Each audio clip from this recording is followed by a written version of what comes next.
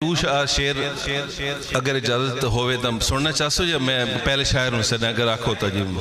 बस रू शेर सुने सिर्फ क्योंकि टाइम है को ना तो तुहानू आने वाले दोस्तों ये रिक्वेस्ट करे कि थोड़ा जहा कंपोज करके जी तुहानू सोहनी लगे अपनी शे वो सुना जिससे तुहानू ज्यादा दाद दीवन के चांस होवन तो मुशायरा एक अलग अमल है शायरी एक बिल्कुल भी यह कम है तो ये खैर वो तुम बेहतर समझेंदे हो मेरे तू कदई माशूक आशिक ते कदई दिलदार लगता है कदई माशूक आशिक ते कदई दिलदार लगता है कदई माखी तू वद मिठा कदई उजाहर लगता है कदई माशूक आशिक ते कदई दिलदार लगता है कदई माखी तू वद मिठा कदई उजाहर लगता है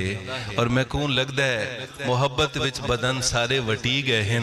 मैं उनके वल जो देता हाँ मेरे यार लगता है मैं कूल लगता है मुहब्बत विच बदन सारे वटी गए हैं मैं उनके वाल जो देता हाँ मेरे आर लगता है और हफ्ते दी दिवारा वांग नित नवा निकोर होंदा है कदई जुम्मा कदई छण छण कदई इतवार लगता है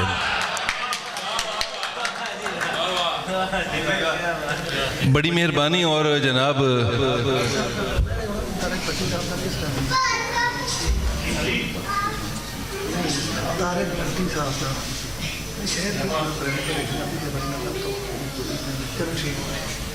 नदीम कासमी साहब का एक शेर है कि उन्होंने आखा कि गली के मोड़ पे बच्चों के एक झुरमट में किसी ने दर्द भरी लय में माहिया गाया मुझे किसी से मोहब्बत नहीं मगर है दोस्त न जाने क्यों दिले बेकरार भर आया इत्तेफाक भट्ट साहब महफिल मौजूद होवन और बांसुरी ना होवे तो ये मेरे ख्याल है ज्यादती हो सी इत्तेफाक भट्ट साहब मैं गुजारिश करे कि जनाब तशरीफ गिनावन और इतने अपनी परफॉर्मेंस जी है और तुम तालियां तो कम से कम बजाओ ये पैसे गिन के कौन है ना मुफ्त आए सारे मेहमान मेरी हाजिरी कबूल करो जी